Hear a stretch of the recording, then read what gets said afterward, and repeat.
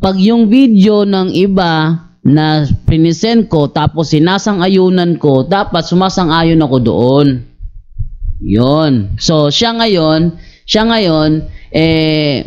gumamit ng video ni Corina Sanchez, tapos ang ano niya, ang message niya, tawag sa kanila ngayon caption eh. Ang caption niya doon is, mga CFD, makinig kayo.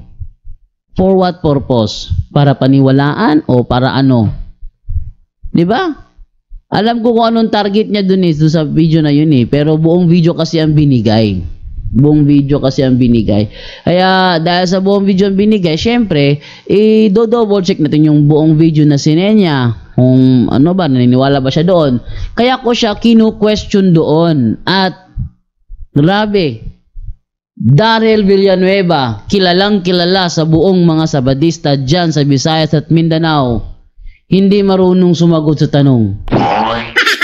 Nakakatawa. Hindi ko inaasahan na si Daryl pala, nakakatawa pala kapag kinumpronta ko na. Kinumpronta ko siya. Eto, tingnan ninyo. Wala man na in town sa topic. Kaya nga naman, wamang ko nag-topic diri about Corina Sanchez.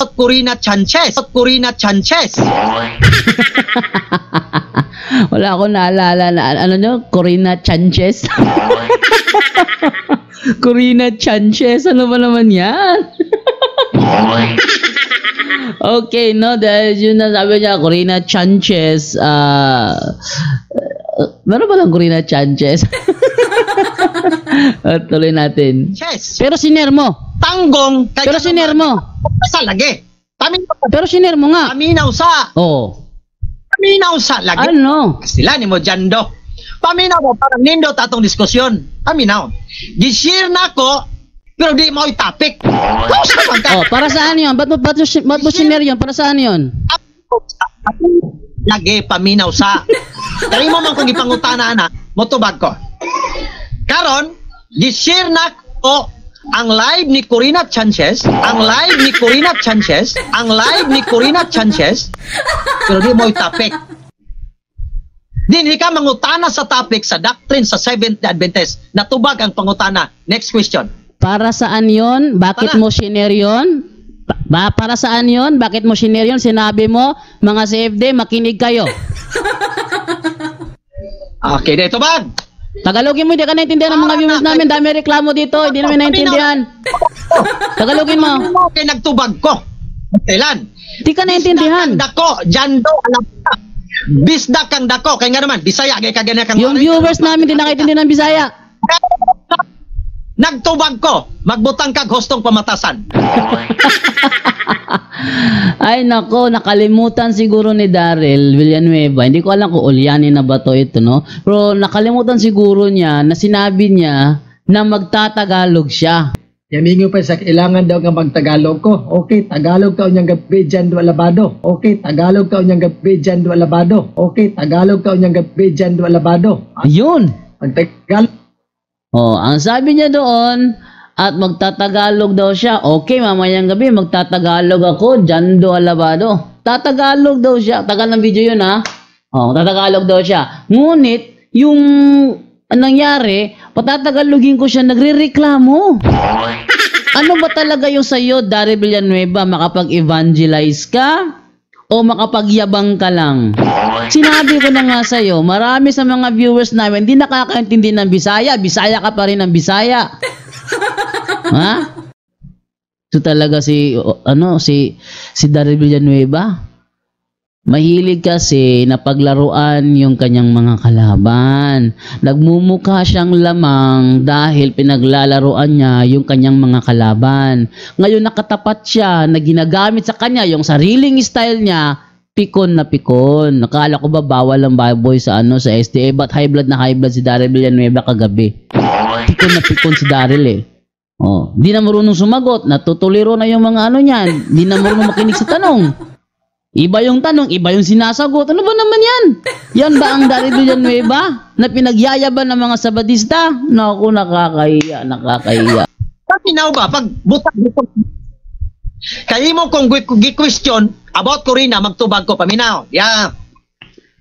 Gigamit na ko ang pag-share kang Corina Pero, dili mo yung topic. Gi-share ko lang. Para So, saan mo nga yun? ito, Para saan nga yun? Para saan? Question. Ba't mo shinare? Para saan? Okay. Okay, salamat. Yan na pong tubag. Gi-share na ko para sa tanan nga mo tanaw. Kaya nga naman, ang tuyo sa pag-share, aron matanaw. That is my answer. Totoo ba yun? Sa topic. Totoo ba yung nasa video? Yung nasa video, totoo ba yun? Di ang tubag. Naabot naman tang Kurina. Nag-focus naman kang Kurina. Talawan man kang doktrina. Di ka trend. Di ang tubag. Sumala sa video ni Kurina, ang tubag, si Kurina mo inhibalo, kay siya mo nagsulti. That is my answer. Next question. Totoo ba yung mga nasa video? Di ang tubag. Si Kurina mo nahibalo, tungod kay siya mo nagsulti. That is my answer. Next question. Ibig sabihin ba, shinare mo kahit hindi mo kabisado yung mga nasa video, shinare mo lang? Di ang tubag. Di-share na ko, aron daghang mahibalo, nga si Kurina mo nagsulti ni Adto. That is my answer. Next question. Okay. Eto naman ngayon. Pangutana. Totoo ba yung nasa video? Di, Kurina. Totoo ba yung nasa video na sinasabi doon na si Emperor Constantino daw ang gumawa ng official version of the Bible? Totoo ba yon? Okay dia. Si Kurina mo nagsulti, dili si Mr. Villanueva. Sinare mo Si kasi. Kurina mo nagsulti, ay pagi, pamin na kinagtubag ko. Nagtubag ko ha? Di nagtubag. Si Kurina mo nagsulti, so tinuod to alang ni Kurina. Si Mr. Villanueva, doon ako'y kaugalingong version. Ako nga nag-share, doon ako'y kaugalingong version. Kanto mo to'y version ni Corina Sanchez. That is my answer. Next question. Okay, ulitin ko na naman uli yung tanong. Totoo ba yung sinasabi doon na si Constantino daw ang nag-compile ng official version of the Bible?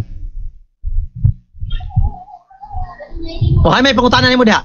Totoo ba yon na si Constantino daw ang nag-compile ng official version of the Bible? Okay, dito bag. Sa gikaingon ko na, mao to'y version ni Corina Sanchez.